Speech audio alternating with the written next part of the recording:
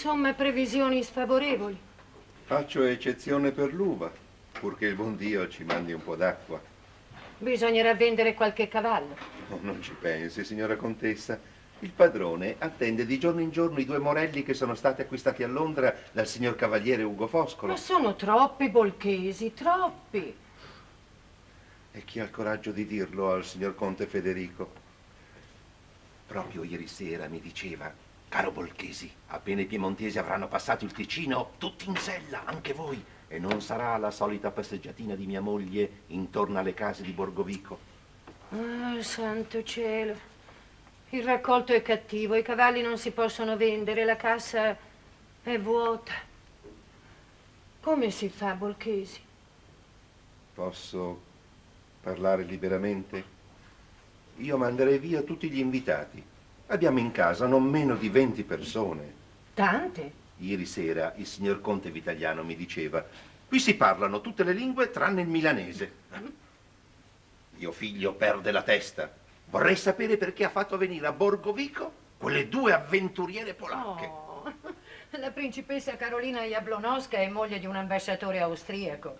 Mi pare che solo per questo mio suocero dovrebbe averla nel suo buon libro. No, contessa. Il signor conte Vitagliano capisce tante cose. Venderemo 4 cavalli di nascosto. Direte poi al fattore del conte Porro che può mandare a ritirare il Garrick e il Domont. Da 3 anni non escono dalla rimessa. E così bilanceremo le spese. E se mancherà qualche cosa, ci faremo aiutare ancora una volta dai miei fratelli. I signori conti casati. Ah, che cuori. Borghesi, stamani siete in vena di complimenti. Signora contessa, io vorrei vederla sempre di buon umore. Lei non va più a cavallo. Avete ragione, ma come si fa? In ogni casa qualcuno deve sacrificarsi. Ma non è una buona ragione perché debba essere sempre lei. Ah, zitto. Papà. Non sei sola. Grazie, Bolchesi.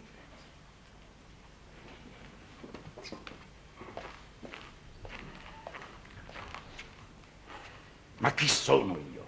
Ma che domanda, papà? Rispondi, chi sono? Ma non capisco. Insomma, vuoi rispondere? Papà, lei è una delle persone più stimate di Milano. Oh, bravo! Io ero una delle persone più stimate di Milano, ora non lo sono più. Ma questa poi? Colpa tua. Mia. Tu non hai abbastanza autorità con tuo marito. Non è facile, papà. Lo chiamano il conte Aquila e le aquile volano in alto. Tu sei come le allodole, che appena vedono il sole si inebriano, ma poi non vedono più niente. Forse è meglio non vedere. Che cosa sono queste continue cavalcate di tuo marito sul confine svizzero? Ma non lo so. Sul confine si incontra sempre con le canaglie fuggite da Milano per sottrarsi alle ricerche della polizia. No, non è vero, papà. Anche stamani Federico è uscito a cavallo con la principessa Jablonowska e la contessa Sofia Voina. Sono la moglie e la cognata di un ambasciatore austriaco.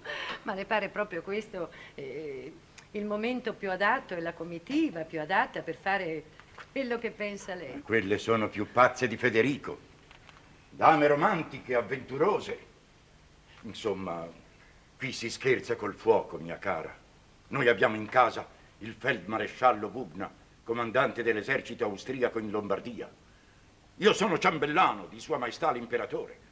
Tuo marito manca di ogni riguardo. Il conte Bubna stima Federico. Già. Nemmeno quello mi piace. Se non vede è uno stupido. Se tollera è un traditore. Ma forse Federico ha il suo ideale.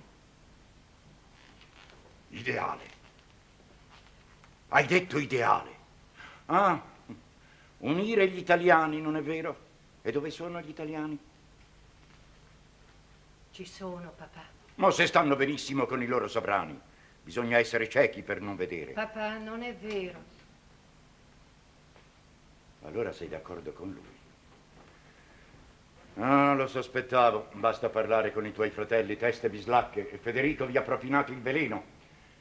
Se avessi 20 anni di meno ti farei vedere io. Se lei avesse 20 anni di meno, Sarebbe come lui. Ah, questo è un gioco che finirà male, male. Papà. Caro avversario, eccomi pronto per la nostra sfida. Ah, eccellenza, sono di pessimo umore, mi farò battere. Approfittare delle condizioni di inferiorità dell'avversario è sempre buona tattica. Come no? A qualunque gioco. Anche a tarocchi? Ecco, ho già fatto preparare il vostro tavolo.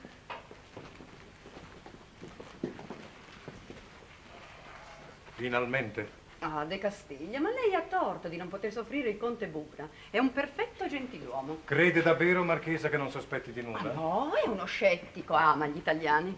Lo dice troppo spesso. Ci tradirà. Tu hai sempre sulla bocca la parola tradimento. Mio caro Gabriel, noi lavoriamo sotto gli occhi di chi dovremmo rovesciare. Temo una delazione. No, Bubna lega l'asino dove vuole il padrone. Chi? L'imperatore Francesco o il principe Augusto? Sì, signore. Non direte che anche questi due amano gli italiani? Mio cognato Federico non può soffrire che si corra sempre dietro ai fantasmi. Lavoriamo, approfittiamo delle nostre posizioni personali. Teresa è dama d'onore dell'ex imperatrice Maria Luisa, l'ha invitata 2 volte a Parma. La nostra ottima marchesa Serbelloni. Grazie per l'ottima. Ma scusi, non era alla corte di Vienna lei l'anno scorso? Sì, ma a un ballo di corte mi sono sentita chiedere in perfetto italiano. È vero che anche la marchesa Serbelloni cospira contro di noi? Da chi? Era il primo ciambellano dell'imperatore. Immagino che il suo spirito, Marchesa, non si sarà lasciato sopraffare. Ah, no, risposi. Anche l'imperatore cospira al bene dell'Italia. Avrei voluto vedere la faccia del gran ciambellano. La mia risposta fu un pretesto favorevole per continuare il discorso sul tema dei buoni sudditi. Si parlò anche di voi, Conte Porro. Per lodare la mia fedeltà al trono. No, il nuovo impianto di luce a gas del vostro palazzo a Milano. Il primo in Europa. Pare che anche questo dia ai nervi di Sua Maestà Francesco I. Ma il principe di Metternich non si interessava del gas, bensì dell'educatore dei vostri figli. Ho detto a Silvio Pellico di guardarsi. Diffidare, vi dico. Bisogna diffidare. Ecco Pallavicini. Trovati. Ho preso una scorciatoia, fra poco saranno... Che hai saputo? Lasciami prendere fiato, mi dirà lui. Siate sincero. Credete proprio che le passeggiate di Federico abbiano soltanto uno scopo politico? Questo dubbio vale una confessione. No, risparmiatemi le frecciate. L'amate dunque sempre. Quell'uomo è un mistero. È del nostro capo. Sapere di lui è un obbligo per noi tutti. La risposta è astuta. Federico Confalonieri non agisce mai per un solo fine, patria e amore. Ecco i 2 poli della sua anima. Amore? Grande sentimento. Ma quanto vale se non è sorretto dalla fedeltà? Ecco una parola che il conte Aquila riserva soltanto alla causa nazionale. Forse anche voi sentite il morso della gelosia? Non più di voi. No, io non amo più il conte Confalonieri, mentre invece voi avete sempre nel cuore Teresa. In questo caso, Marchesa, io amo ciò che rispetto.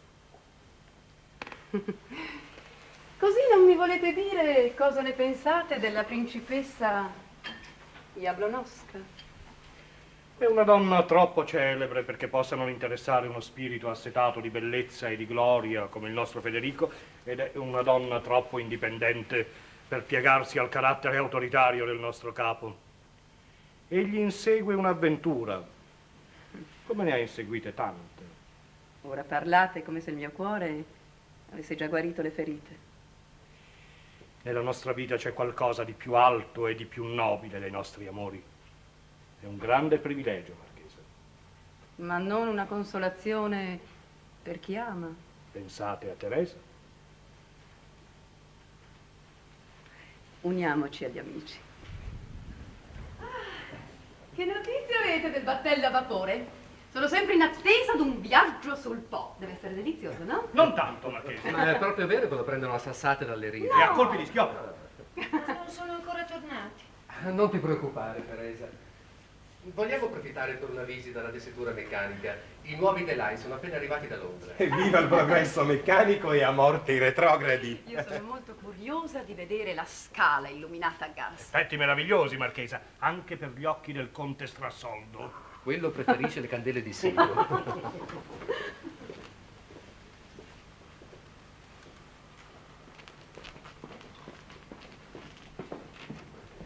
Permette, contessa?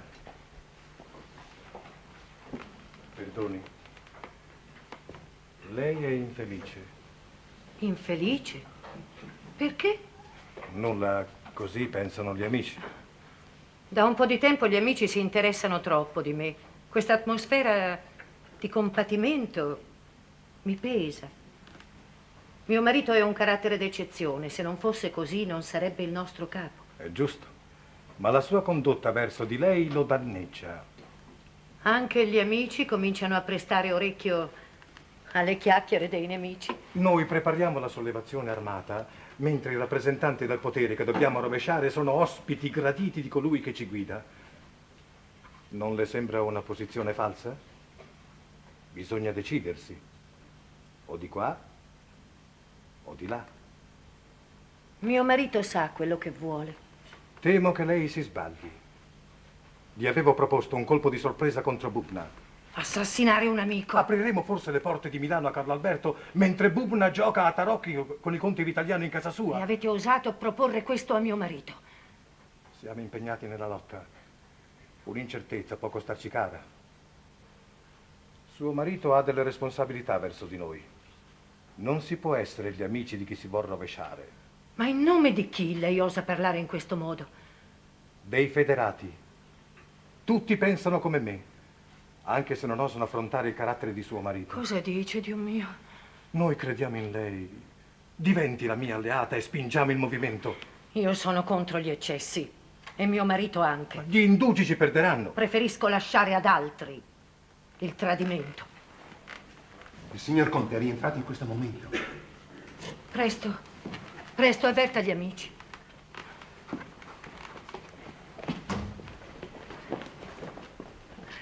Finalmente.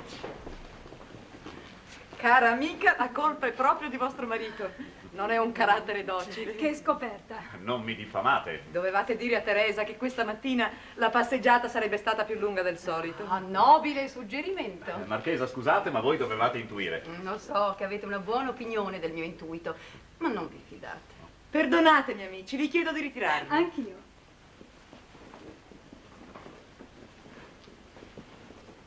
Un incidente al confine. Ci hai fatto pensare male. Sì, lo so, è il mio destino. Quando sono lontano si pensa sempre male di me. Ricognizione fruttuosa almeno. Sì, e il ritardo dipende appunto dall'importanza dell'incontro che ho fatto. Il conte Pecchio. No, qualcuno molto più vicino a Carlo Alberto.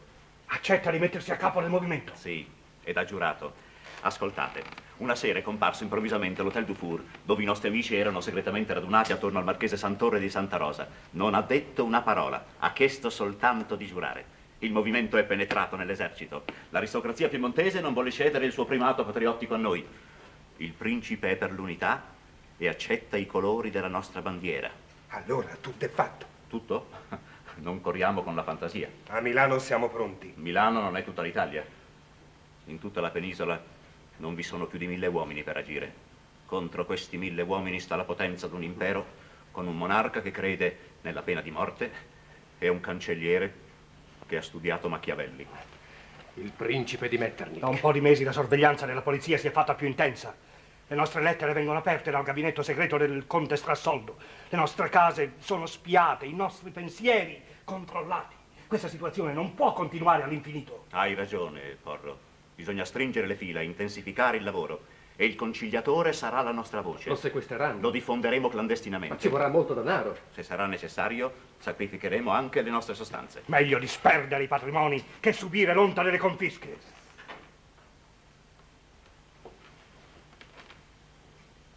Che cos'è oggi la nostra Milano?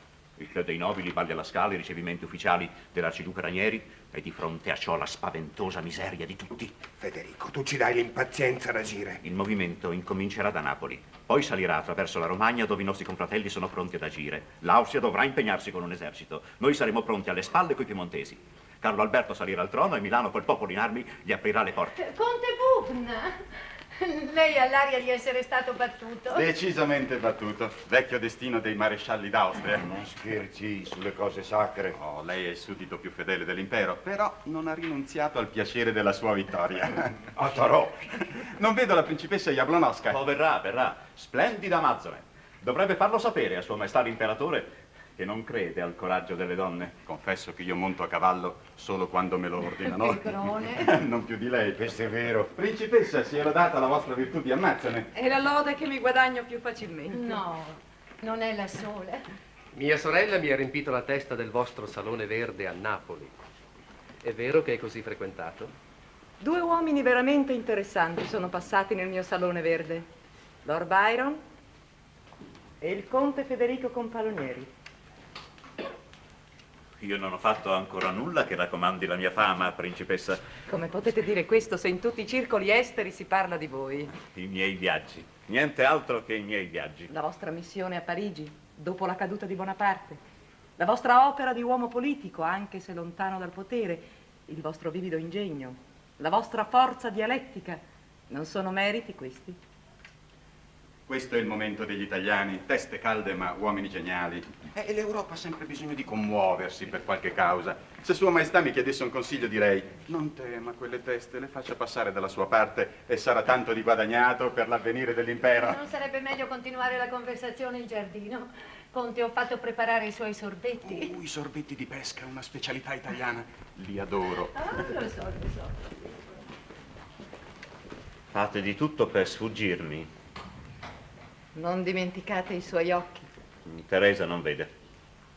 Quando si possiede una donna come vostra moglie, che tutti ammirano, che qualcuno forse ama in silenzio, è assurdo negare la propria felicità e cercarne un'altra. Non vi ho chiesto l'elogio di mia moglie, so quanto debba essere stimata. Ma l'amore, non sono le vostre considerazioni prudenti che possano ucciderlo. Ditemi almeno che non vi dispiace di essere amata da me. Sapete cosa penso di voi? Sì, di fronte agli altri. Ho nella memoria i versi che trovai nel mio diario a Napoli prima che ci lasciassimo. Non abusate della mia infelicità.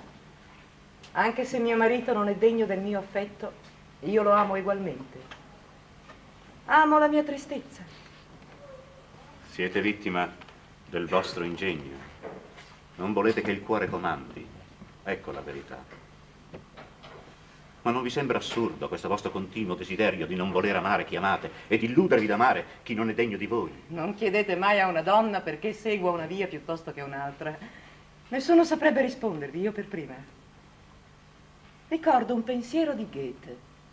Egli sostiene che il matrimonio è la meta di perfezione di tutte le civiltà. Questo legame deve essere indissolubile, perché porta in sé tanto di felicità che ogni felicità isolata è nulla in paragone. Non vi sono mai ragioni sufficienti per separarsi. Il matrimonio è sovente un incomodo, ma è bene che sia così. Ancora una volta volete insegnarmi le vie che conducono alla perfezione? Ma se è vero che mi amate, non vi sembra disumano questo vostro rifiuto? È un obbligo della coscienza. Chi sente questo obbligo non riesce a spogliarsene mai. Si direbbe che l'intimità vi faccia paura. A volte agite come se tutti sapessero che mi amate, poi, quando siamo soli, vi rinserrate nella torre d'avorio della vostra fedeltà coniugale, quasi vi pentiste di amarmi. Voglio che mi stimiate. Se l'amore fosse una colpa, io non ve lo chiederei. Voglio che mi stimiate quanto vostra moglie. Siete forse gelosa? Invidio il carattere di Teresa. Non vi amerei. Ma mi stimereste? Carolina, la mia vita va incontro al suo destino. Non mettetemi alla disperazione. Fra poco il mio nome sarà impegnato nella più grande lotta politica del secolo. Io ho una missione da compiere. La compierò qualunque possa essere l'ostacolo che vedrò sorgermi davanti. Ho bisogno del vostro amore, di una compagna come voi. Le vostre parole sono state il primo alimento della mia fede. Perché ora vorrete negarmele?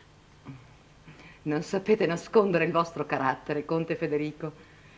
Voi possedete tutto quanto è necessario per essere o decisamente buono o decisamente cattivo.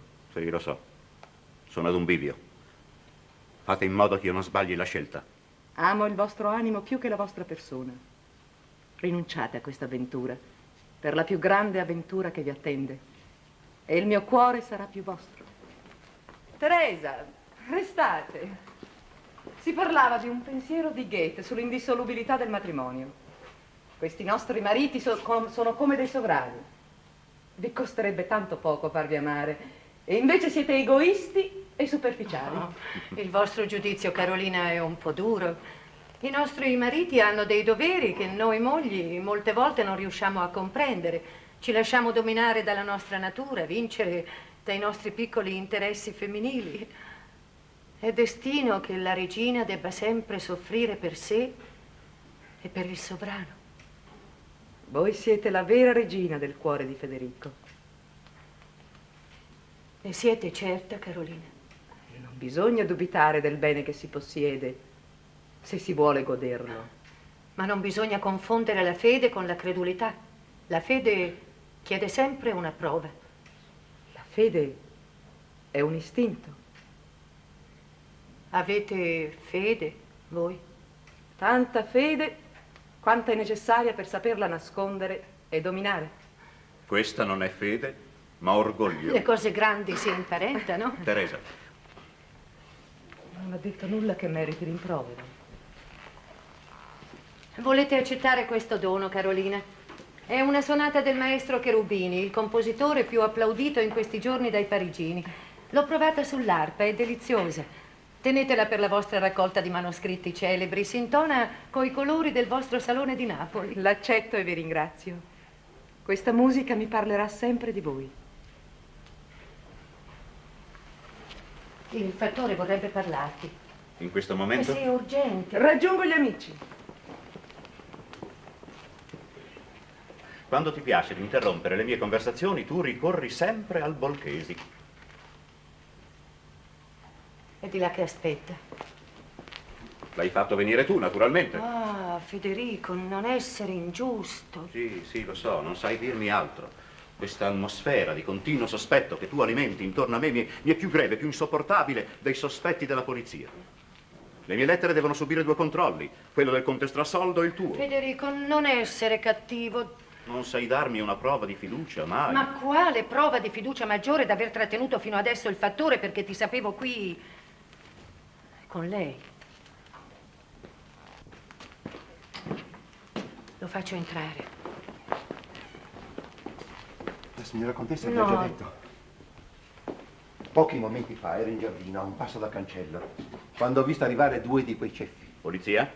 Credo 2 gendarmi travestiti. Uno mi fa: ehi, Bolchesi, è rientrato il conte? Io mi meraviglio della confidenza, perché quella gente, ringraziando Dio, non la conosco. Spicciatevi a parlare, insiste. Dico: sì, è rientrato. E l'altro: sapete che si sia incontrato al confine con quei tali? Quei tali? Io non so niente. È il feldmaresciallo Bubna. È davvero nella villa? Che cosa potevo rispondere? Ho detto: sì, è nella villa, ospite dei signori conti confalonieri. E ancora, ma con la voce un po' più bassa: c'è anche il cavaliere de Castiglia? Come potevo negare quello che tutti vedono? Ed io ho risposto, dico: sì, c'è, con tanti altri invitati venuti da Milano. E quelli: beh, allora possiamo andare. Ma avete capito bene? Ma sì, benissimo. Avevano l'aria di dire: se ci sono amici in casa come il signor maresciallo e il signor cavaliere, possiamo stare tranquilli. Grazie. Intensificate la sorveglianza e non perdete tempo ad avvertirmi. Stia tranquillo, signor Conte, stia tranquillo. Che significa quell'accenno a De Castiglia? Non mi piace. È uno dei più accesi. Per questo non mi piace, Federico. La corrispondenza è arrivata? Sì. Ancora da aprire.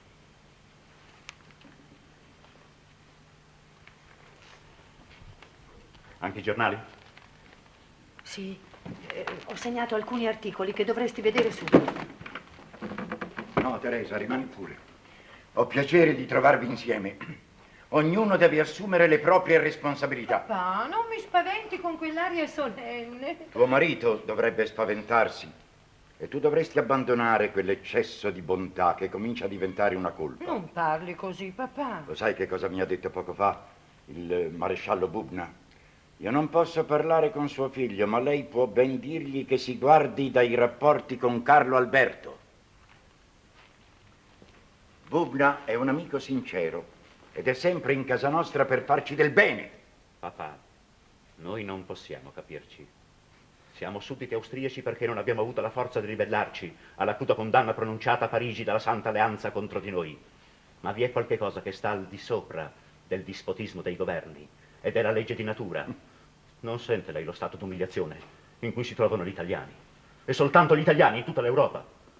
La nazione è divisa in tante tirannie che si affannano disperatamente ma inutilmente per prevenire il corso dei tempi. Si vuole che il popolo obbedisca e non gli si vuol dare la consapevolezza dell'obbedienza.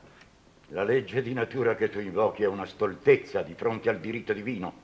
Tu sei figlio di un ciambellano, di Sua Maestà l'Imperatore, e non puoi rinnegare la tua origine. La mia origine è quella di un italiano che preferisce il carcere e l'esilio all'onta dello straniero in casa. Fra poco tutti gli italiani insorgeranno e io sarò fra i primi. Vuoi proprio rovinarti? È bene che lei sappia tutto. I piani della rivolta sono pronti. Da un punto all'altro della penisola il popolo si solleva. Domanderà un sovrano, un ministro e l'unità. Piaccia o non piaccia al principe di Metternich, questa è la nuova forza che sta per scatenarsi.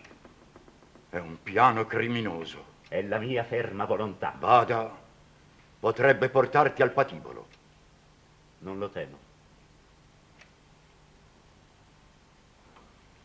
Figliolo, tu mi costringi ad abbandonare per sempre la tua casa.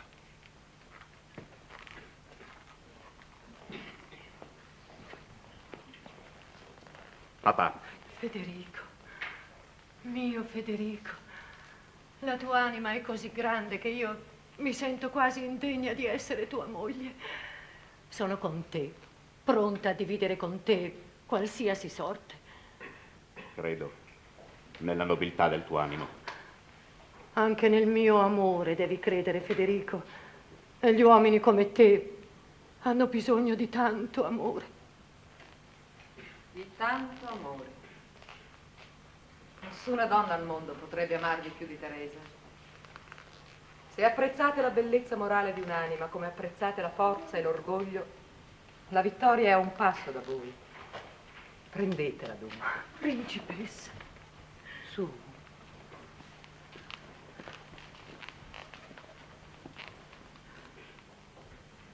Alzate gli occhi. Vogliamo provare sull'arpa la melodia del vostro caro Cherubini? Sì. Ho cambiato una strofa. Leggete. Sei tu che l'ami, sei tu che vinci. Più ch'io non brami, bramarlo il puoi. Io per il tuo amore, mio amore oblio, non è più mio, se tu lo vuoi. Venite, Teresa. Signor Conte, hanno invaso la villa. Che dite? Su nel suo appartamento, perquisiscono.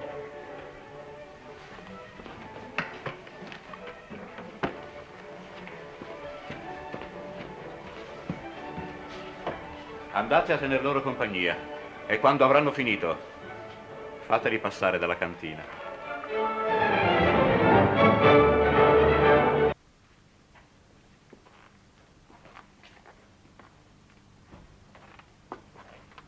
È di là? Sì, E il conte? è nella cella dell'ufficio di istruzione. Solo? Diamine, il numero dei guardiani è stato raddoppiato. Fate entrare.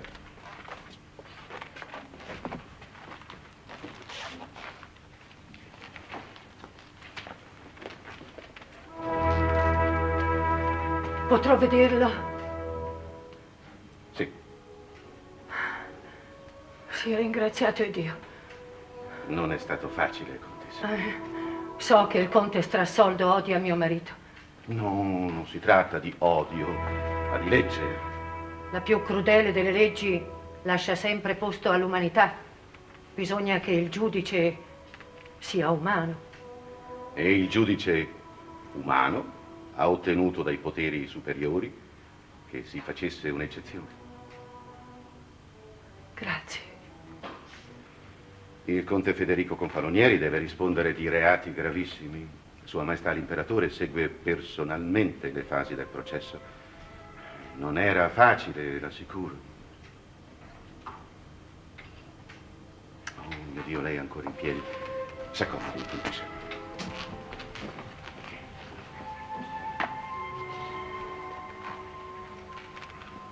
Questo luogo è certo penoso per lei. Mi sforzerò di farle dimenticare dove ci troviamo. Vorrei che lei avesse un po' di confidenza nel buon Menghini. Lo sa che mi chiamano così? Non è sempre un titolo raccomandabile la bontà in questo posto. Non sa che certe lettere di suo marito io le ricordo quasi a memoria? Lei è il censore. Leggo sempre il suo nome sotto quello di mio marito. Mi creda, mi costa molta fatica non poterle mandare il testo autografo. Guadagnerei tempo. Suo marito ha una calligrafia impossibile. I nostri cancellisti perdono giornate per interpretare certi segni misteriosi, ma non credo che siano segni convenzionali. No, no, signor giudice, può esserne sicuro. Le sue lettere gli sono state recapitate, tutte. Trascritte, naturalmente, ma senza omissioni. Anche gli indumenti, i vini, i profumi, tutto gli è stato consegnato. E purtroppo il processo non sarà breve. Guardi. Guardi queste carte, monumenti. Per suo marito deve essere davvero pesante vivere in questo vecchio edificio coperto di muffa. Dovrò attendere molto per vederlo. Dipende da un interrogatorio in corso. Io avrei voluto farla venire più tardi, ma poi ho pensato di approfittare del momento per una conversazione, come dire, amichevole con lei. Mi capisce? Contessa, io ho fatto di tutto per risparmiarle la pena di un interrogatorio. Ho chiesto di poter vedere mio marito, signor giudice. Lei non può essere scortese verso il sovrano che sollecita personalmente l'interrogatorio della contessa. Il sovrano? Sì, sì, ho visto con i miei occhi un appunto autografo di Sua Maestà. Perché non si interroga la signora Casati? Con Falonieri? Sì, sì, appunto. Io so ben poco. Oh, no, no, contessa, no, non dica questo. In alto si crede che molte cose dipendano da lei. Da me? Ma io fui già interrogata. Nella sua abitazione, ricordo perfettamente. Niente è risultato a mio carico, neppure dopo le perquisizioni. E non furono risparmiati neanche gli armadi della mia biancheria. Oh mio Dio, fu una sciocchezza di un collega inesperto. No, no, lei non può essere confusa con le giardiniere, come la marchesa Arconati, la marchesa Frecavalli e l'altra pazzerella, come si chiama? Bianca Milesi. No. Le dame milanesi sono tutte un po' pazze, ma lei no. No, è provato. E allora? Sua Maestà pensa che nessuno, meglio di lei, possa dire una parola chiara, onesta, su alcuni atti del conte Federico con Falonieri. Spero che non mi si vorrà interrogare sulla condotta di mio marito. Perché no? La vita di mio marito appartiene alla mia intimità e questa nessuno può violarla. Rispondere a certe domande innocenti è spesso un dovere di cortesia. Non posso rispondere. No, no, non le consiglio questa tattica, contessa. Il suo atteggiamento può indurre l'animo del giudice nel sospetto di verità ben più gravi che si vogliono nascondere a qualunque prezzo. Io non ho studiato le leggi austriache, ma so che il codice penale consente alla moglie di non rispondere quando si tratti delle colpe del marito. Oh, no, andiamo, contessa, non si metta anche lei, come il signor Conte, a giocare con gli articoli del codice. No, fra la donna e la legge vi è una specie di incompatibilità di carattere. No, la donna non deve mai invocare la legge, ma lasciarsi guidare dal sentimento. Ma è proprio il sentimento che mi ispira, signor giudice.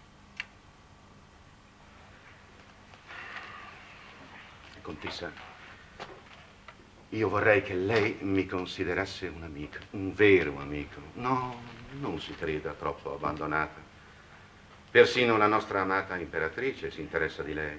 Sì, sì, l'imperatore impersonifica la giustizia, l'imperatrice l'amore. E lei vuol salvare suo marito, restituirlo alla libertà. Beh, quale orgoglio per lei, contessa, essere la sua salvatrice. Compensarlo con un dono tanto luminoso delle sofferenze patite, delle umiliazioni. Non so di quali umiliazioni lei parli. Quanto alle sofferenze, esse mi appartengono più della mia stessa vita e voglio che siano rispettate. No, non s'allarmi, contessa. La giustizia non alimenta i pettegolezzi. Il conte Federico Gonfalonieri è in carcere da 14 mesi, sottoposto ai più duri interrogatori. Di giorno, di notte, di sorpresa dopo gli attacchi del suo male terribile. Niente è stato risparmiato per conoscere quella verità che non può essere conosciuta perché non esiste. Cosa potete sperare da me?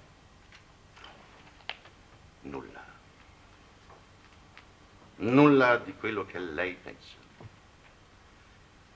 Le fila della congiura sono nelle nostre mani, qui a Brescia, a Pavia, a Verona, ovunque. Dal giorno in cui Carlo Alberto ha voltato le spalle ai federati, ogni arrestato ha perso la sua libertà d'azione.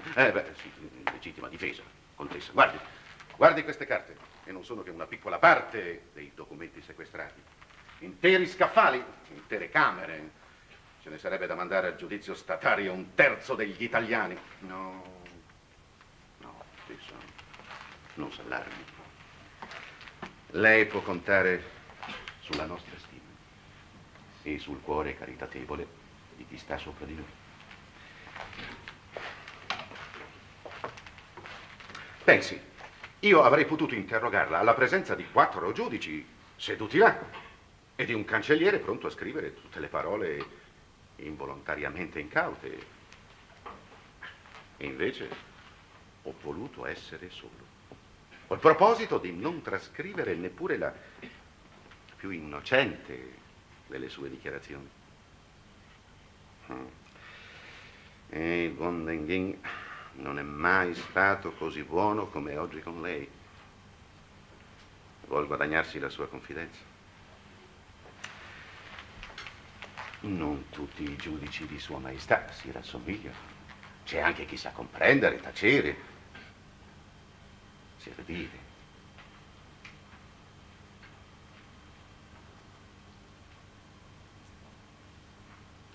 Non ero preparata alla sua bontà.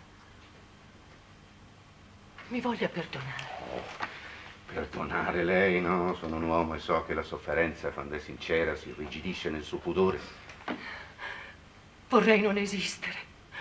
Essere già morta per non sentire sulla mia persona il peso della pubblica curiosità. Capisco, la gente fa del male anche quando si commuove. Molti mi compiangono soltanto per ingrandire le responsabilità di mio marito. Già, moglie santa, marito diavolo. Devo difenderlo anche da chi non perdona gli ingegni di salire troppo in alto. Sì, comprendo. Comprendo, contessa. Mi ascolti, dunque. Lei crede in Dio? Certo che credo. Perché mi fa questa domanda? Perché anch'io credo in Dio e in questo momento io voglio essere per lei non l'inquisitore che nessuno ama, ma il suo confessore. No, non per sapere e riferire, ma per sapere e dimenticare. Dimenticare? E allora perché vuol sapere? Per poterle dire, segua questa strada, è la salvezza, è la strada che allontana dal patibolo. Il patibolo? Ma cosa dici? Il patibolo? Ma lei dimentica che si parla del conte Federico Gonfalonieri, figlio di un ciambellano di Sua Maestà. È un'aggravante, contessa. Lei sa con quanta affettuosa attenzione l'imperatrice si occupa di me, mi ha invitato a Vienna. L'amicizia di Sua Altezza Imperiale, la Duchessa di Parma, mi assiste tuttora ed è la figlia prediletta del sovrano che governa le nostre anime. E lei osa minacciare il patibolo. Dio mio, che bontà è questa?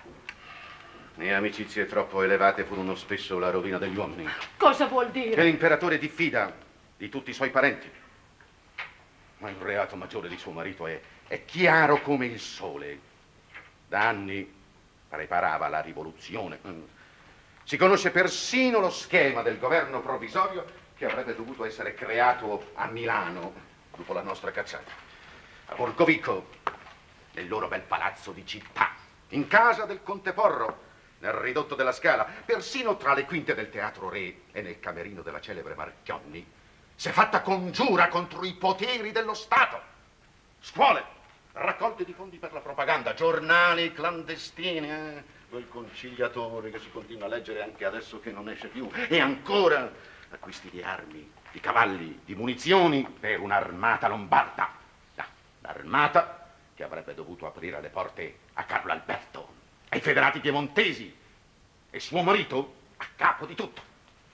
Persino il folle disegno di arrestare il comandante delle forze militari austriache della Lombardia, il feldmaresciallo Bubna, nel momento in cui, ospite innocente, lasciava il suo salotto. È un'infamia. Qualcuno ha confessato. Un traditore. Ma se tutti tradiscono ormai. Non è vero, vorreste che tutti tradissero. Ognuno pensa a sé, mi creda, la realtà del carcere manda via i fumi dal cervello.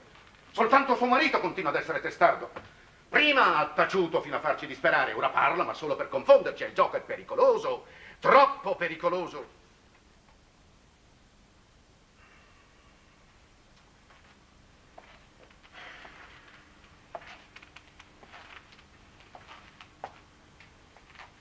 Parli lei.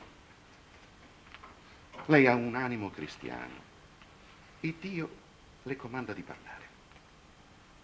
Soltanto la sua ragionevolezza e la sua pietà possono salvare suo marito. Infine, che cosa si vuol sapere? Le responsabilità di Carlo Alberto. Lei deve aver avuto in mano le lettere di quel piemontese che forse sa dove si trovano. Cerchiamole insieme. Cerchiamo la salvezza di suo marito.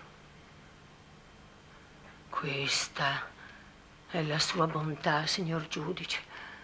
Per salvare mio marito dovrei disonorarlo. La giustizia ripaga con generosità chi l'aiuta a fare il suo corso e sa tacere. Le lettere che lei cerca non esistono. Distrutte forse? Immaginavo. Non esistono perché non sono mai state scritte. Quando è così, le colpe di suo marito s'aggravano.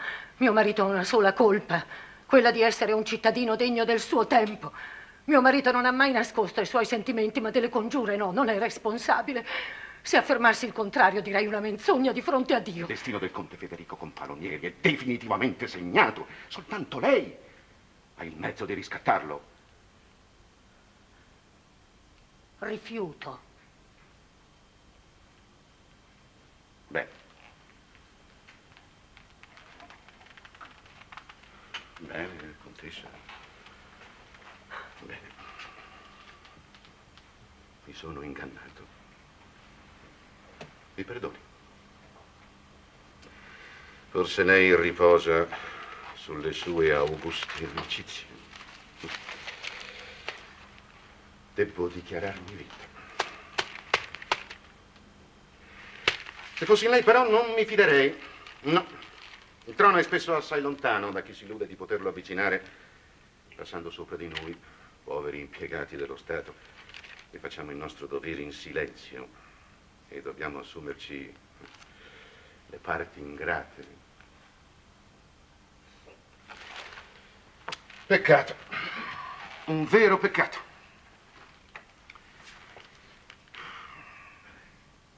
Non abbiamo proprio più niente da dirci, contessa. Lei dimentica la sua promessa, signor giudice. Quale? Vederlo. Dolente, molto dolente, ma le premesse utili per l'incontro non ci sono più. No. No. Non è umano. Lei ha detto che crede in Dio. Ebbene, questo offende veramente il Dio. faccio il mio dovere, contessa, e Dio mi assolve. Lei non ha cuore. Se ascoltassi il mio cuore, le direi, oltre quella porta vi è un uomo indegno di lei. Indegno Federico. Un uomo che non merita la sua sofferenza. La vostra raffinata cattiveria. Dio mio, forse siamo divisi soltanto da una porta. Sia buono, come deve essere buono un vero cristiano. Lei conosce il male tremendo di Federico, lo conosce. Non ha mai visto abbattersi a terra come colpito dalla folgore. Tutti i giorni. E subito dopo lo schianto, il suo viso bianco, freddo come la neve, il suo cuore piccolo piccolo, senza battiti, senza sangue, i suoi occhi smarriti nel vuoto. Ah, Dio mio, quegli occhi li vedo sempre nelle mie notti senza sonno. Sono due fiamme. Sì.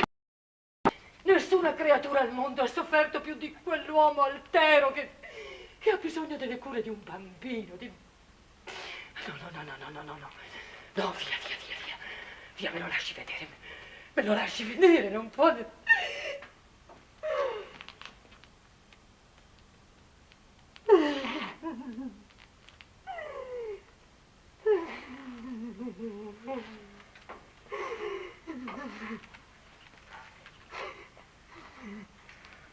Lei ha un grande cuore. Mi sarei sul punto di dichiararmi vinto se... Parliamo di suo marito, contessa. Lei crede veramente di conoscerlo? Sì. Virtù e difetti? Sì. Intenzioni passate, presenti? Non capisco. Da più di un anno io studio la vita del conte Federico Confalonieri per gli scopi della giustizia. E si finisce qualche volta a dover leggere ed esaminare anche quello che non ha rapporto con questi scopi. Ah, eccomi diversa la figura di un uomo, vista nella sua casa, tra gli amici, al culmine della potenza, bello, geniale, avventuroso. E la oscura verità di queste carte, trovate in un cassetto, raccolte in un ufficio postale, o magari tra i rifiuti di una casa patrizia. Si imparano le cose che i più intimi non sanno. La verità vera, quella che può far più paura della verità cercata dalla giustizia. Non capisco. Lei sta sacrificandosi per un uomo che non la merita. Vuole le prove? Oh Dio, che pena. Ecco le prove. Lei conosce questa calligrafia? È la sua. Legga. No. Sono tutte lettere inviate alla stessa persona. Erano nascoste in un mobiletto della principessa Carolina Jablonowska, moglie di Sua Eccellenza il ministro austriaco alla corte di Napoli. Conosco quelle lettere. Davvero? Sì. Non dirà di averci trovato la congiura contro l'Austria. No, niente di tutto questo. Proprio niente. La principessa Carolina Jablonowska è una fedele suddita. Può ingannare il marito, ma non il sovrano. Sceglierò una lettera a caso. Guardi, questa, per esempio. Vede? Ha un segno rosso. Vuol dire che per il giudice è innocente. Sono quasi tutte innocenti per il giudice.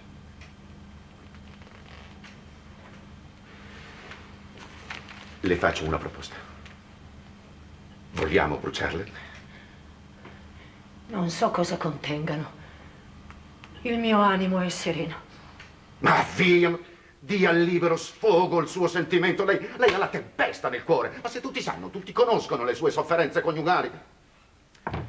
Si potrebbe scrivere persino un libro piccante alla francese sull'amante del conte Federico Confalonieri. Ecco cosa scriveva alla principessa Jablonowska dopo il soggiorno di Napoli. Io non amo Teresa.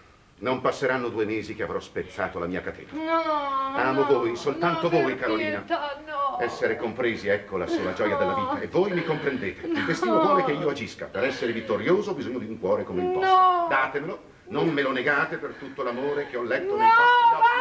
basta! Basta, per pietà, non legga più!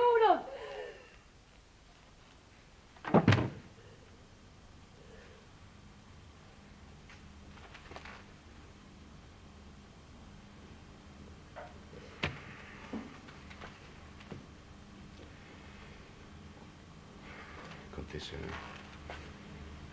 vuole ancora vederlo? Sì.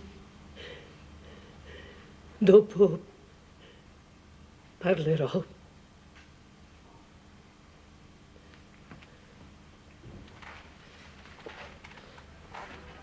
Padre nostro che sei nei cieli, sia santificato il nome tuo, avvenga il regno tuo, sia fatta la tua volontà, così in cielo così in terra. Dacci oggi il nostro pane quotidiano, rimetti a noi i nostri debiti secondo il nostro ai nostri debitori, non ci indurre in tentazione, ma liberaci. Federico!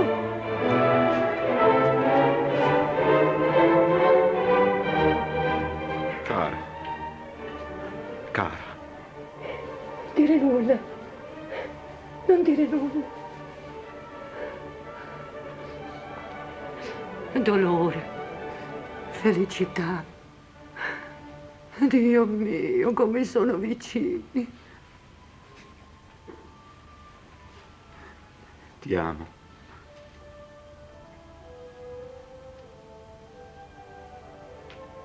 Ripeti. Ti amo.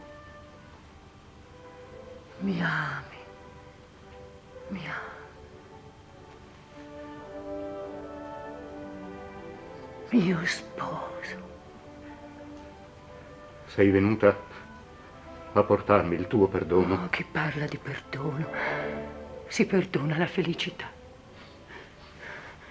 Ascolta, abbiamo pochi minuti di tempo. Dopo, chissà se potremo rivederci prima del processo. De Castiglia ha tradito. Lo so. I giudici non credono alla pazzia di Pallavicini. Lo so. Bisogna dirglielo. Il suo contegno aggrava tutto. Sì, si è comportato con leggerezza verso di me, ma io non mi perdo. Lo avviserò coi soliti segnali. Quali? I colpi nel muro, siamo vicini di cella. Prendi questa croce. Vi troverai un alfabeto convenzionale. Ti servirà per leggere le lettere che riceverai dal barbiere delle carceri. E Bubna che dice? Spera sempre, ma Strassoldo è implacabile. Avrai un nuovo inquisitore, il barone Salvotti. Un altro italiano. Ha dirette istruzioni da Vienna. Federico, tu devi resistere. Ogni giorno che passa è una speranza che s'accende. Una speranza? Sì, per la fuga. È possibile? Tutto è possibile purché tu voglia. E il denaro? Non mi manca. So che mio padre te lo nega. Ma basta ancora il mio. Non voglio il tuo sacrificio. Ho il tuo amore. Ascolta, preparo la fuga con Gabrio. Saprai il giorno e l'ora del colpo. La salute. Che Dio t'assista. Federico, comanda i tuoi nervi. Hai capito? Fuori dal carcere troverai un uomo di Bolchesi con un tabarro rosso e un barroncino. Se lo raggiungi, sei salvo. E il passaggio al confine? Tutto pronto. E gli altri? Chi? I miei compagni di carcere. Tutti preparano la fuga. Non posso. Cosa dici? Prima del processo tradirai tutti. Ma non capisci che gli sforzi della polizia sono solo contro di te? Se tu manchi, il castello della polizia si rovescia, tutte le accuse svaniscono. Devi fuggire, non hai altro modo per salvare i tuoi compagni. Altro modo? La mia forza di volontà dominerò i giudici. Dio, il tuo orgoglio inguaribile. Devo battermi. Il processo non mi fa paura. Ascoltami, te lo chiedo in nome del nostro bambino morto. trattengono. Giurami che accetterai di fuggire. Giuramelo. Giuramelo. Queste lettere? Non guardare, Federico. Federico, tu devi fuggire. Io voglio il tuo amore, capisci? Chi le ha portate? Non chiedere, Federico, non chiedere. Le conosci? Le hai lette? No. Miserabili. Signor Conte, il colloquio è finito. Giuro che tu sei l'unico amore della mia vita.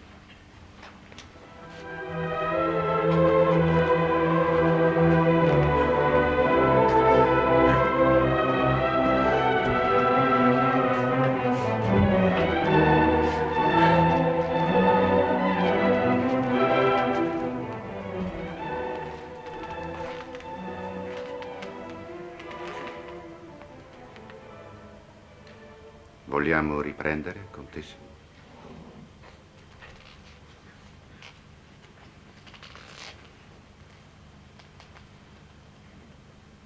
Sì? Vogliamo anche scrivere le sue risposte? Sì.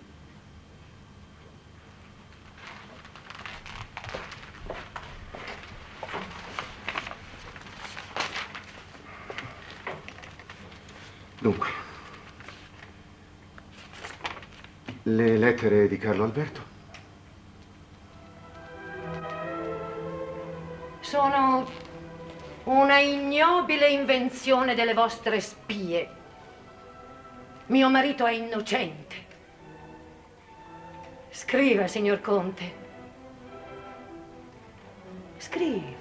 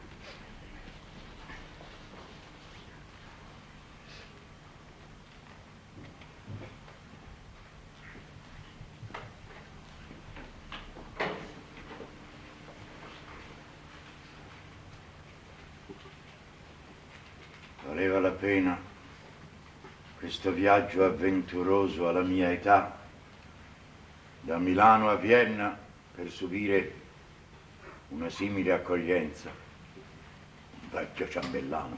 Forse non è detta l'ultima parola. Sua Maestà l'Imperatore.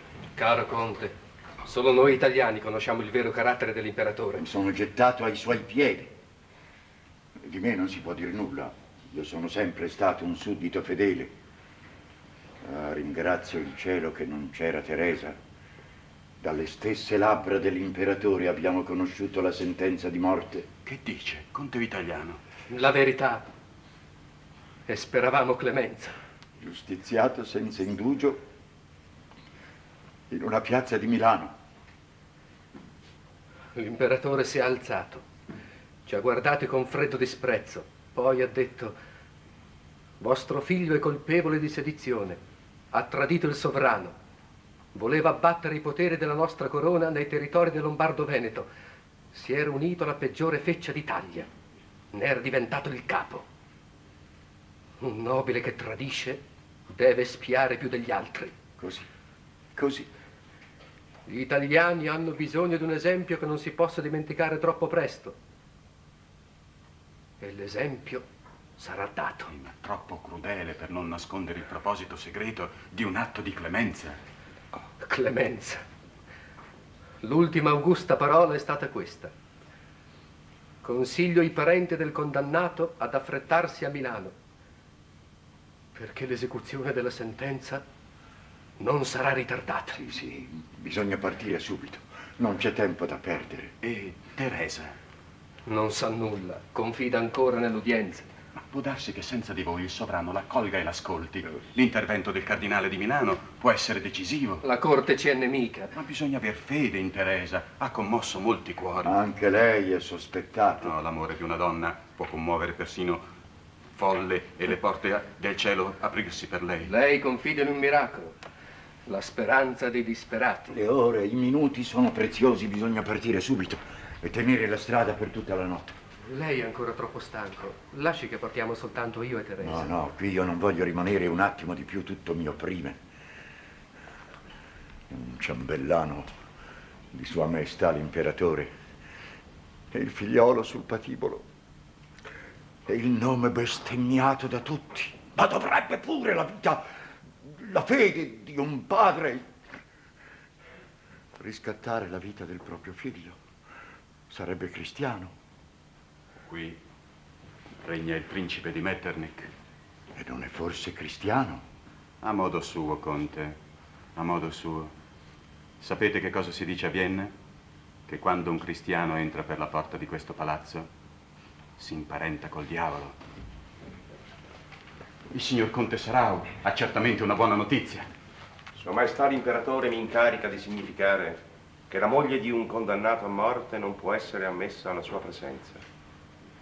La moglie del condannato a morte è la contessa Teresa Casati, già dama di corte di Sua Maestà l'Imperatrice. Nessuna legge può sopprimere i titoli di una dama che onori il proprio casato e la nobiltà. Nessuna legge! No, è il fratello di Teresa, signor Conte, lo voglia perdonare. Pensi alla sciagura che si abbatte sulla nostra famiglia. Sua Maestà avrebbe potuto limitarsi al rifiuto di udienza. Nella sua alta bontà mi ha incaricato di motivare le ragioni del rifiuto. La signora contessa Teresa Casati ha condiviso il pensiero politico del marito, ha aiutato la sua azione delittuosa, ha tentato di ingannare i giudici. I suoi piani per l'evasione del conte Confalonieri sono noti, come pure gli atti di corruzione consumati sui carcerieri. È falso! Sono invenzioni del giudice Salvotti! Devo richiamare il signor conte al rispetto del luogo.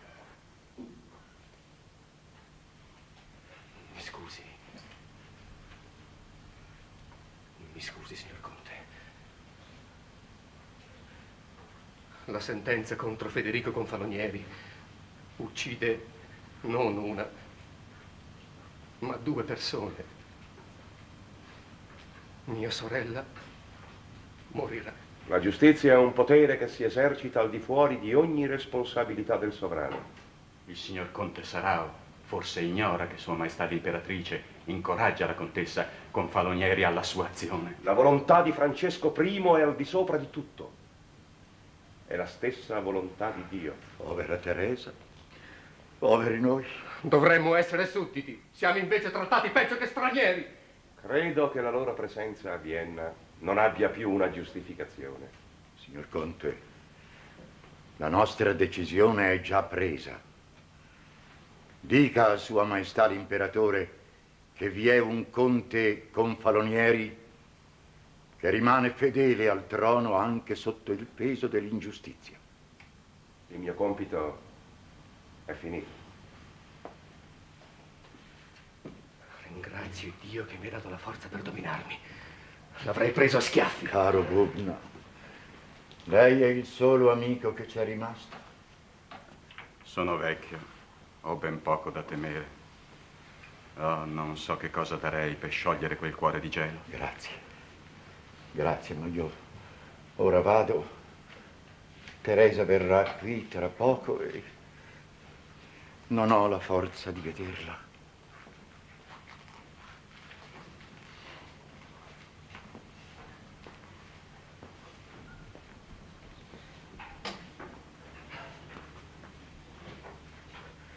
Mi dica, eccellenza, lei spera ancora? La cocciutaggine dell'imperatore non si corregge più. Io credo che le lacrime di Teresa l'avrebbero commosso. Ma quando mai un imperatore d'Austria ha potuto essere anche un uomo? Ma senza senso di umanità, come si possono governare gli uomini? Per il principe di Metternich Basta la volontà di Dio. L'imperatore scava la fossa intorno al trono. Per ora la riempie di italiani. Ma in ultimo sarà lui a caderci dentro. Non posso ascoltarla. Io sono un vecchio servitore di Sua Maestà. Lei ha un cuore. Gli italiani non dimenticheranno il suo nome.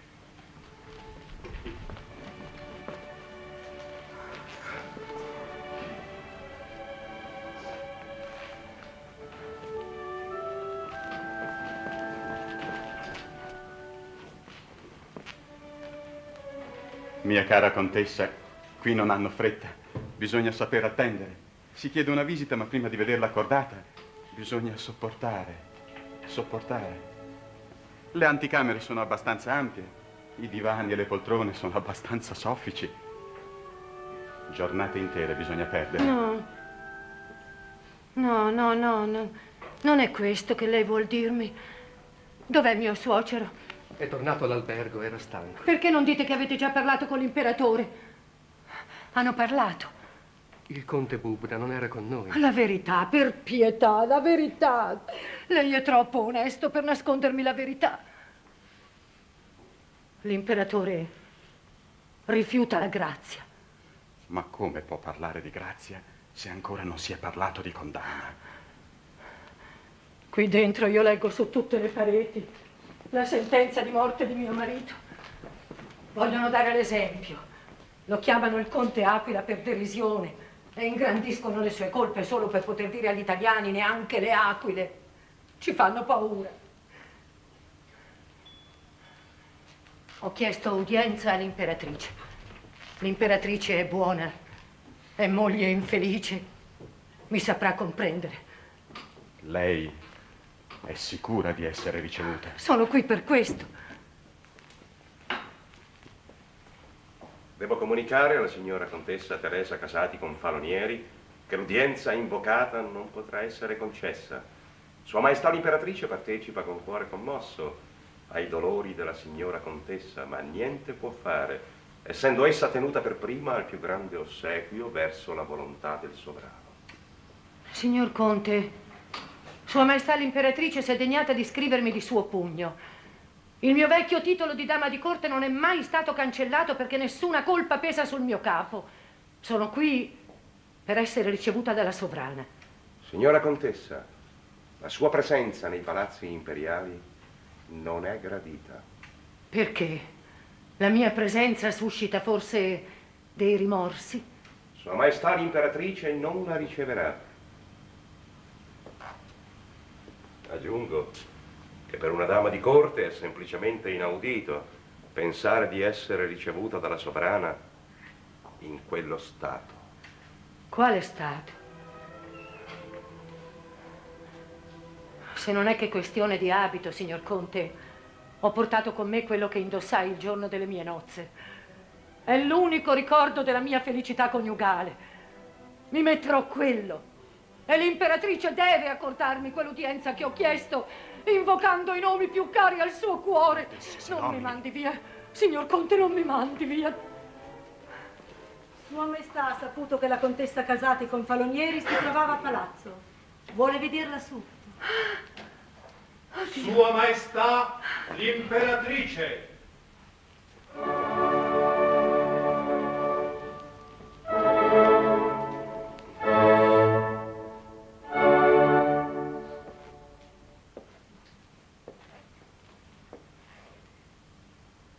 Mia cara Teresa, alzatevi. Possono ritirarsi tutti.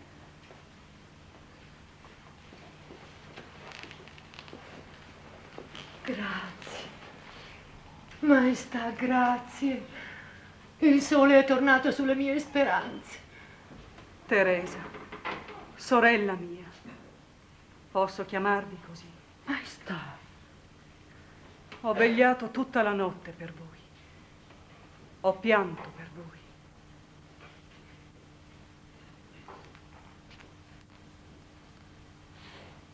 No. Purtroppo no.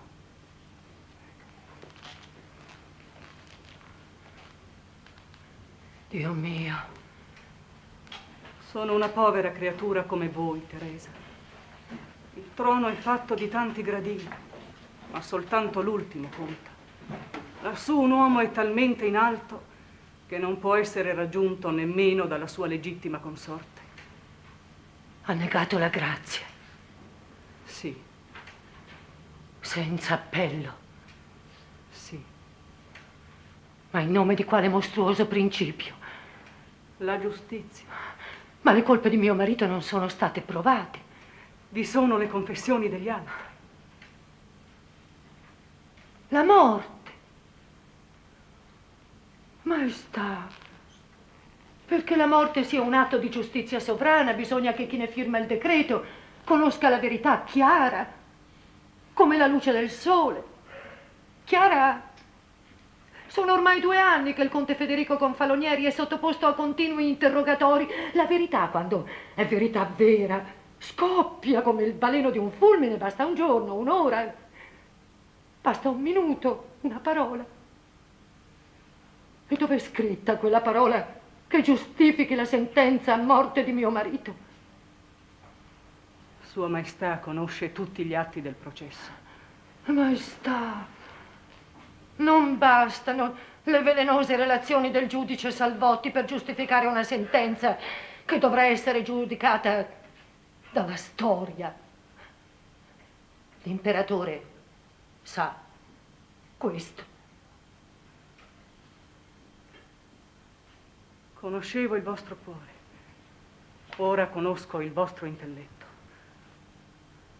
È vero, l'imperatore non può sottoscrivere un errore che sarebbe la peggiore delle sue colpe. Grazie. Grazie, Teresa. Voi mi avete dato un valido argomento per ritornare da Sua Maestà e superare il suo divieto. Vado subito. Ora io devo rendere un servigio al sovrano. Attendete qui, Teresa. Attendete.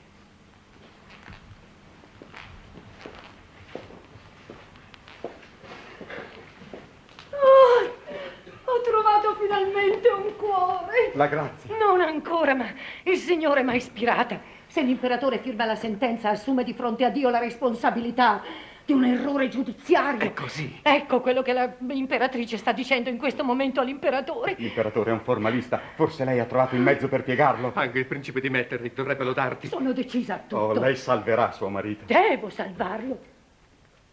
Ritenevo che la signora contessa avesse già lasciato i palazzi imperiali. Sua Maestà l'imperatrice m'ha pregato d'attendere. Vorrei consigliare la signora contessa di evitare delusioni. Il suo cuore è già abbastanza provato. Il mio cuore non ha bisogno di pietà. Io obbedisco agli ordini della mia sovrana. L'ordine di esecuzione della sentenza è già partito per Milano. No. No, non è vero. Non è vero, è una menzogna! Per carità, siamo negli Ma appartamenti non sente, dell'imperatrice. questa condanna è un delitto e vogliono attribuirne la colpa al sovrano. Contessa, Sua Maestà l'imperatore Francesco I, accogliendo la preghiera di Sua Maestà l'imperatrice, ha fatto partire in questo momento una staffetta veloce per Milano, con l'ordine di sospendere l'esecuzione capitale del conte Federico Confalonieri. Addio, addio. Concedete, Sua Maestà, che io possa dirle tutto il mio amore. No, contessa, il suo tempo è prezioso. Sua Maestà l'imperatrice la consiglia di mettersi subito sulla via del ritorno. Sì, vado.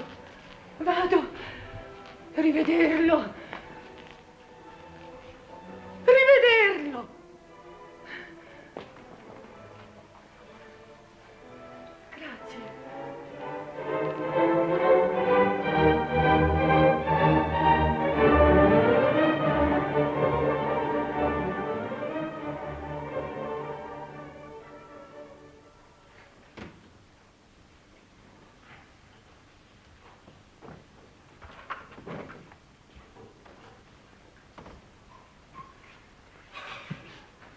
Siete venuto ad abitare molto in alto, caro conte Confalonieri?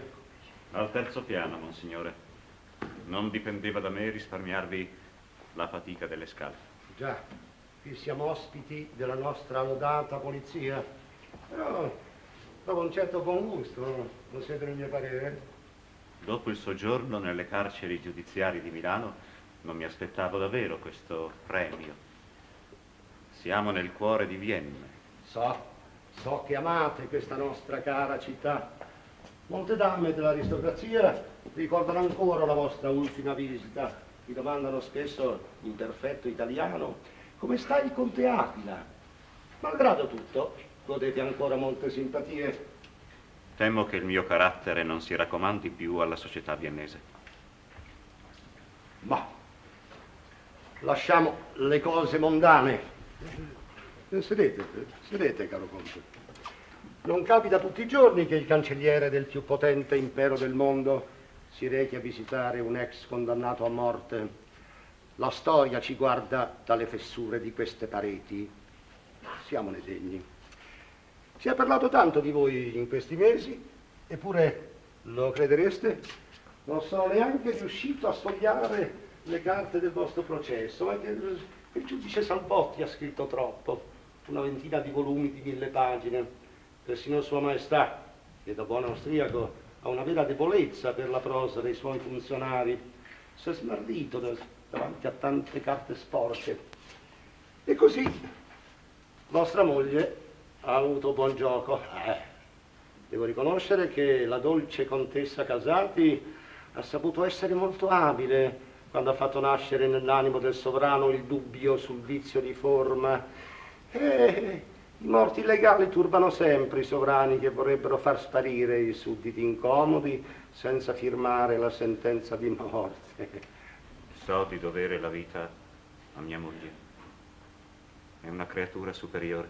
Ah, sì, lo dicono tutti. Maria Luisa ha mandato dei messaggi commoventi da Parma. L'imperatrice ha voluto presso di sé la sua Teresa, chiamando la sorella davanti ai cortigiani.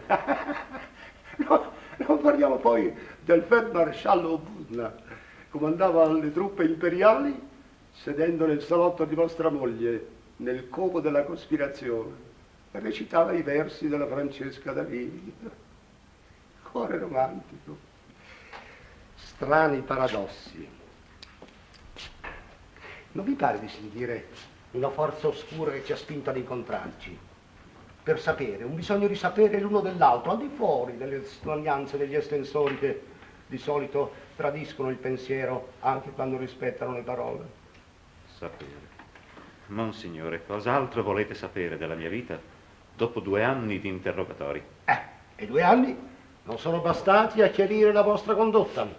È un grave errore, comproniere, un grave errore quello di stancare i giudici. Essi sono più maligni di certi storici, con questa differenza che gli storici lavorano sui morti e più che diffamarli non possono, mentre i giudici trattano coi vivi e spesso possono ancora di più dello stesso cancelliere che vi parla. Ho detto tutto quello che sapevo, monsignore. Non conosco pena maggiore di quella di non essere creduti sinceri quando si abbia la coscienza di esserlo. Conte Campanonieri, parliamo a cuore aperto. Siamo uomini della stessa casta, anche voi non amate la piazza come me, siete un aristocratico. Che cosa credete che voglio da voi? Forse che mi confermiate quello che l'ottimo Salvotti ha raccolto dalle vostre labbra? Oppure un pretesto per riaprire il processo, cancellare il vizio di forma, far annullare la grazia, distruggere il capolavoro di vostra moglie? No, disingannatevi. Noi siamo 2 avversari politici che in questo momento niente separa. Io con la mia esperienza, voi con la vostra. 2 avversari intelligenti, sono sempre sul punto di diventare buoni amici. Monsignore, in questo momento voi siete l'uomo più potente della terra. Rendo omaggio alla vostra obiettività. Ma ascoltate, Conte, l'ideale della mia politica è stato esattamente il contrario della vostra ambizione. Voi la piazza, io la reggia, voi il popolo. io il sovrano. Il cielo, solo il cielo guida la mano dell'imperatore. Voi invece avete ceduto a una parola magica che io non oso neanche pronunciare. Rivoluzione. Non dite, sulla vostra bocca ha un suono sbagliato. Vi fa paura? No, chi ha paura non governa e tantomeno comanda. Voi vi siete innamorati di quella parola come a 20 anni ci si innamora di un genere letterario. No, la letteratura è un piacere innocente, ma che gli uomini nati per il comando prediligono soltanto verso i 50 anni, quando la loro opera si può dire vicina al compimento. Voi avete messo il carro avanti ai buoi e siete il più sconfitto degli uomini. Questa volta devo io riconoscere la vostra obiettività. Conte Confalonieri, siate sincero con voi stesso. La clemenza del sovrano che vi ha sottratto al patibolo ha un senso che non può restarvi oscuro. Cercate di capire. Un imperatore d'Austria non può commuoversi per ragioni di nascita o di prestigio. La clemenza ha una sua ragione. E non cercatela nella piccola umanità delle donne romantiche, siano esse una moglie innamorata come la vostra, o un'imperatrice che cerca di riparare con le proprie debolezze di cuore le dure volontà del marito. Conte Aquila, avete perduto il senso del volo. A Milano non vi amano più, qui invece vi rispettano ancora. E gli imperi, al sommo della loro potenza, devono saper scegliere i loro uomini fuori dai soliti quadri. Osservandomi bene vi spiego perché i sovrani d'Europa abbiano spesso affidato i loro interessi alle menti politiche italiane. Non era italiano il Mazzarino. Grandi politici voi italiani. Perché non vi lasciate giocare dal sentimento. Fra la strada del potere e quella dello Spielberg. Sapreste scegliere? Monsignore, in questo momento io devo fare un grave sforzo per non dimenticare la mia miseria. Vi prego, non abusate della mia umiliazione. Vi ho parlato come a un mio pari. Vi risponderò come se davvero lo fossi. Ma sì, parlate. Io sono stato il capo della prima rivoluzione italiana. Ho cospirato contro il vostro sovrano. Finché Dio mi lascerà un respiro, sarò nemico dichiarato del potere che si accampa sulla mia terra. Giuro che se io dovessi ritornare da capo, i miei pensieri, i miei sentimenti sarebbero ancora quelli che mi hanno portato fin sulla soglia del patibolo. Malgrado ciò voi osate parlarmi come se davvero potessi diventare uno dei vostri ministri, magari strumento dello straniero proprio nella mia terra. Il fine giustifica i mezzi? Quale fine? Il mio? Non si può dire che voi manchiate di ironia. Poter dire una verità quando si è costretti a mentire a tutte le ore, ecco una gioia vera, impagabile. Uomini come voi non si convincono col capestro, ma col potere. Conte Confalonieri, passate di qua. E la catena che appesantisce il vostro polso diventerà tutta d'oro. Monsignore, qui io sono in casa vostra. Non abusate dell'ospite che non può rispondervi come meritereste. Non equivocate, Conte, non vi ho proposto un mercato, ma una soluzione dello stile della politica che si fa nella realtà della terra, non fra le nuvole dell'ideale. Ho voluto onorare il vostro ingegno. Rifiuto questo onore. Cioè negate il vostro ingegno. Non si può dire che manchiate di spirito, Monsignore. È la sola con la quale si possa difendere uno Stato come questo. La difesa dello Stato ha le sue necessità. Monsignore, io vi dico che lo Stato non si giustifica in sé e nella storia quando non sia anche nazione. I popoli esistono come esistono le famiglie. Nulla potrà mai essere fatto per confonderli o per sopprimerli. Date al nostro popolo un capo ed egli sarà fiero di riconoscergli tutti i poteri.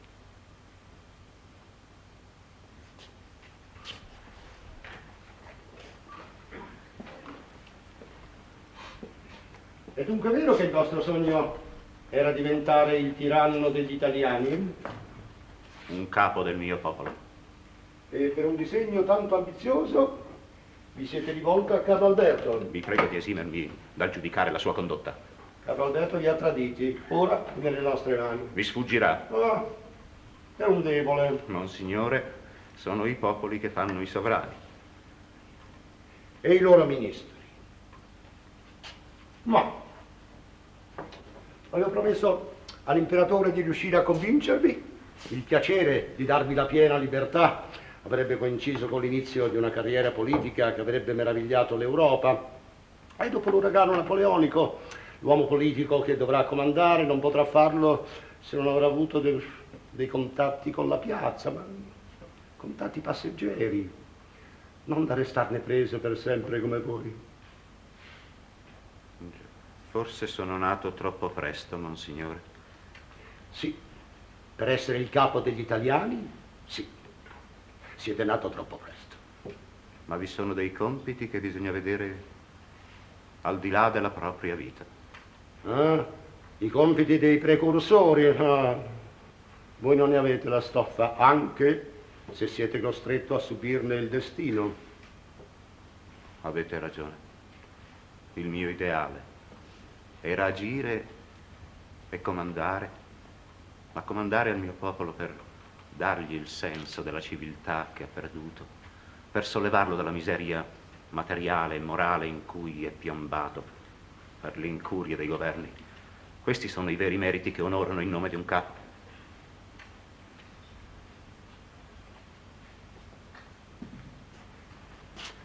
Voi conoscete lo Spielberg, Conte? Lo conoscerò tra poco, Monsignore. Non vi invidio. Sono preparato. Per tutta la vita? Per tutta la vita. Il carnevale. È vero che Milano in carnevale somiglia tanto a Vienna? Un tempo, Monsignore. Oggi Milano è una tomba. Il carcere, Gonfalonieri. Il distacco da tutti. Voi adorate vostra moglie, è l'unica persona che vi sia rimasta della vostra vita avventurosa. Ella morirà. Saprò salvarla col mio amore. Mi avevano ingannato. La vostra superbia è arrivata così in alto che mi mancano le ali per raggiungerla. Ma non chiudo questa nostra conversazione, la sospendo. Ho troppa fiducia nella vostra intelligenza per credere che l'ideale della vostra vita sia lo Spielberg. Andate a vedere. Vi considererò un sovrano in prigionia. Un viaggio in Boemia per voi sarò sempre disposto a farlo. Però non tardate troppo a chiamarmi, perché con l'andare degli anni il cuore diventa sempre meno sensibile. Proprio così. Monsignore, io dimentico lo scopo della vostra visita e vi dico grazie. Vi abbiamo risparmiato i gradini del patibolo, salite quelli del trono clemente. Il vostro perdono mi spegnerebbe senza uccidermi. Ho già scelto la mia strada. Ah, oddio, dimenticavo, ho fatto tardi, sono atteso a un ballo. Addio, Conte Aquila.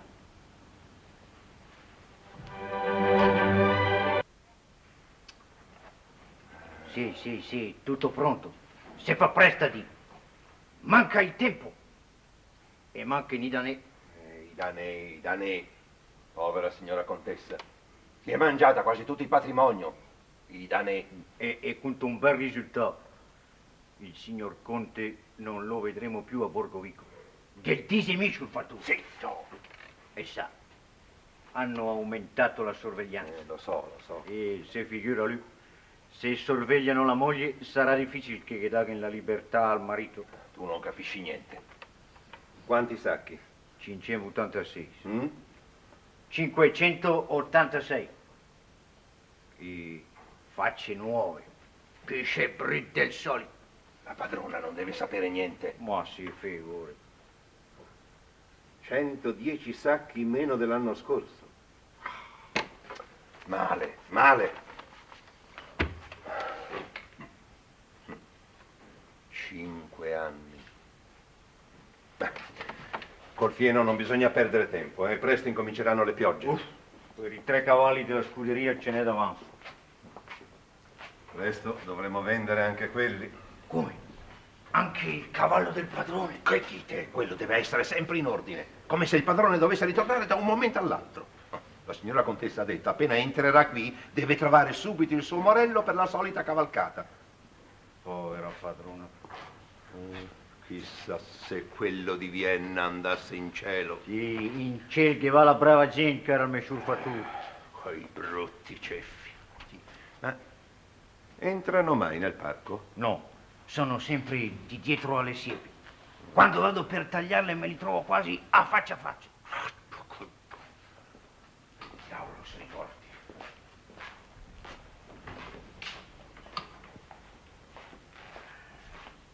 Vede, contessa, questo è il luogo più adatto per il suo riposo.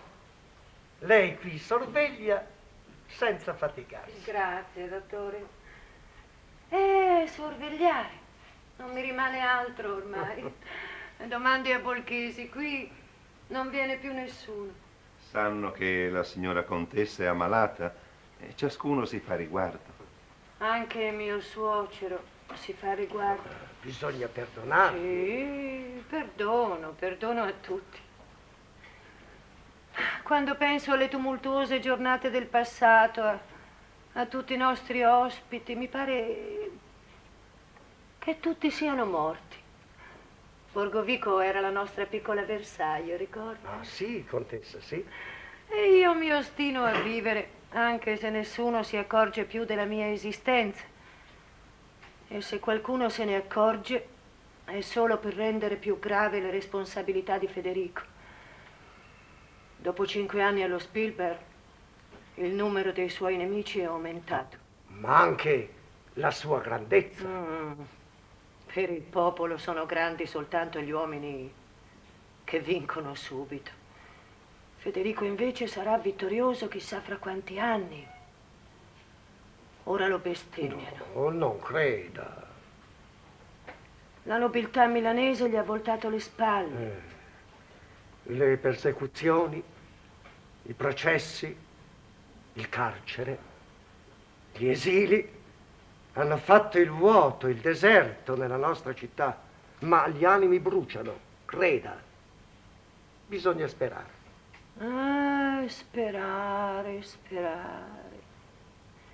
Per sperare bisognerebbe prima vivere.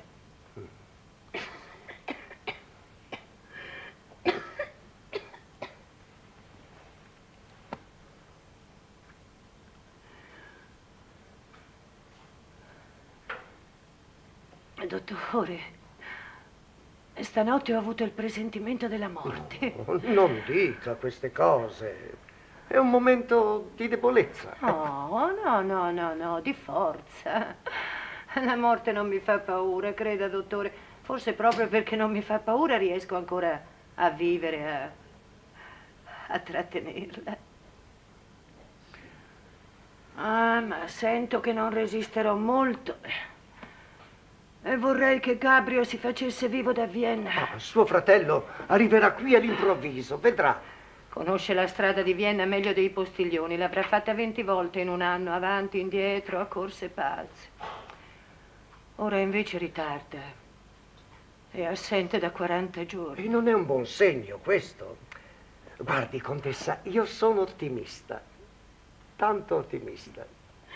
Effetto di questo magnifico sole. Guardi che cielo. Guardi com'è bello.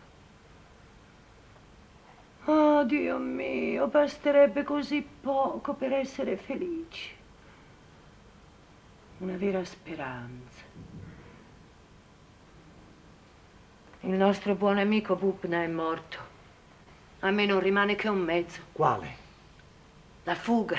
E non ha forse tentato altre volte? Non importa, bisogna ritentare. Dovrei andare io stessa all'estero, a Parigi, a Londra, prendere accordi con l'Argonauti, con la sorella di Adrien, con il poeta Berchet, con quel francese, amico di Federico. La salute. Dottore, mi renda la salute. Con la calma lei riavrà la salute, contessa. Io chiedo il fuoco e lei mi consiglia l'acqua, Dio mio. Sono un povero medico senza No, risorse. zitto. Lei è la mia forza. Vada, Mi aspettano sul monte. Questa notte cerchi di dormire, scacci i cattivi pensieri e prenda i soliti infusi. Sì, grazie, dottore, grazie. A domani. A domani.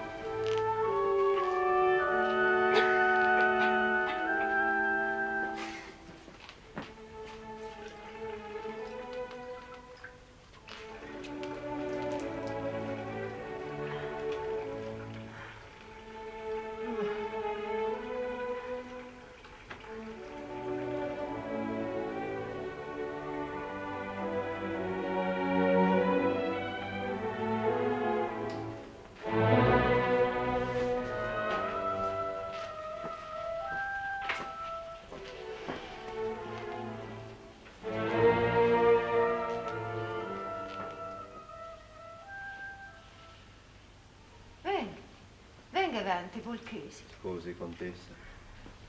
Ci sono i gendarmi nel parco. Sì.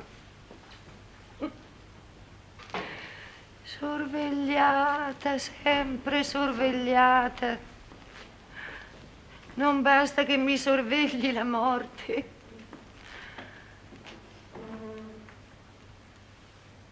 Volchesi, domani faremo i conti del raccolto. Ho bisogno di denaro. Può procurarmene subito. Il raccolto non è stato buono, contessa, lo sa. Venderemo qualche cosa. Ha bisogno di tanto. A forza di vendere lei si spoglia. Volchesi, voglio vendere tutto, passare il confine. Sperare nella grazia è una pazzia. La fuga, non resta che la fuga. Lei mi capisce, vero? Venga domani, Venga domani, l'aspetto per i conti. Arrivederci. Signora contessa, di là c'è il signor parroco di Borgovico. No, non pensi male, temeva di incomodarla. Le ho detto che può venire quando vuole. Non è solo. Chi c'è? Ma no, signora contessa, non pensi Presto, male. chi c'è? Il signor conte Vitaliano. Il papà. Qualche notizia? Sono sicura, qualche notizia. No, Teresa. Nessuna notizia, nemmeno piccola. Venga. Venga avanti, papà. Volchesi, prepari tutto. La stanza del signor conte è sempre in ordine, vero? No, Teresa. Il parroco mi ha offerto la sua ospitalità e io l'ho accettata per questa notte. Domattina sarò di nuovo a Milano. Non sa con quanta gioia io la riveda. Mi pare che un po' di lui sia tornato qui. Venga, papà, venga. Si sieda. No, preferisco stare in piedi. Alla mia età e con i miei acciacchi si teme sempre di non trovare la forza per rialzarsi. Noi non ci vediamo da alcuni anni. Le disgrazie delle nostre famiglie ci hanno diviso. Noi siamo come piante colpite dalla folgore, tu ed io, e ci siamo subito staccati l'uno dall'altra. Papà, io non ho fatto nulla per... Nessun rimprovero, no. Riconosco che io, prima degli altri, ho voluto staccarmi. Ognuno di noi risolve a modo proprio i problemi della coscienza. Tuo marito non mi ha dato che dispiaceri nella vita e io ho dovuto assistere impotente al crollo della nostra reputazione familiare.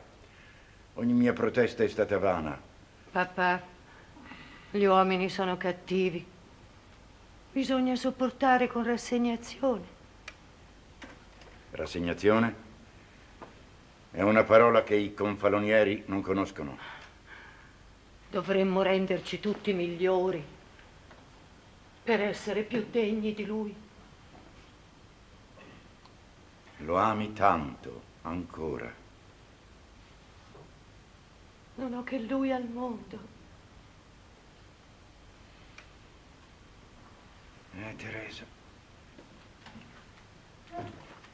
quello che io voglio dirti mi costa molta fatica,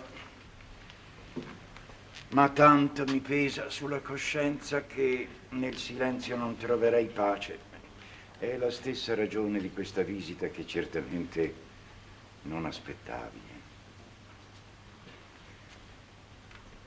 Io sono stato ingiusto con te. Ti ho ritenuta responsabile delle sciocchezze politiche di Federico. Avrei voluto che tu lo trattenessi invece di assecondarlo e per questo ti ho combattuta, ma non dovevo. No, non dovevo. Tu hai perdonato le colpe di mio figlio come soltanto in cielo si sa perdonare. Nulla dovevo perdonare, papà. Federico è più grande di tutti noi. L'ombra del patibolo ci ha diviso, lui di là e io di qua. Ma tu, Teresa, tu sei al di sopra di noi tutti. E per questo io sono venuto per chiederti perdono di tutto il male che ti è stato fatto e che avrebbe dovuto esserti risparmiato. Male a me? Sì, a te. E che cos'è, papà, il mio male di fronte ai mali di Federico? Voglia il cielo che l'avvenire ti procuri quella felicità che hai cercato invano. La felicità bisogna cercarla forse fuori della vita. Posso darti un bacio? Papà!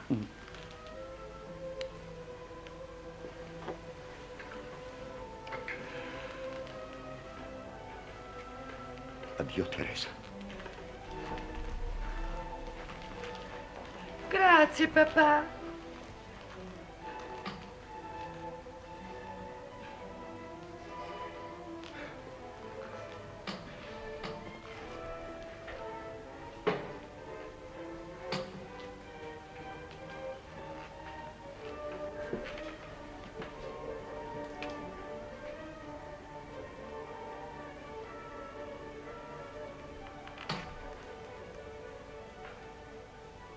Federico. Federico. Federico. Federico. Federico. Federico.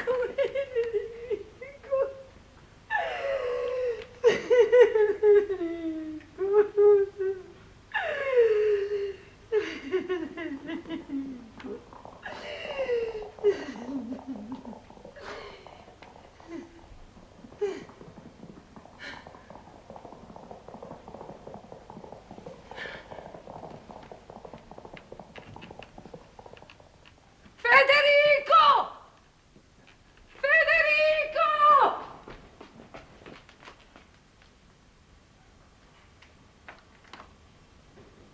Teresa, sorella mia.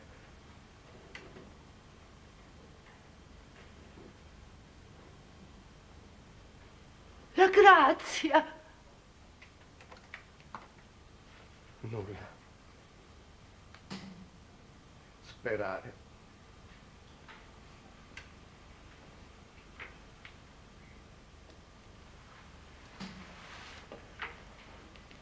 Sperare.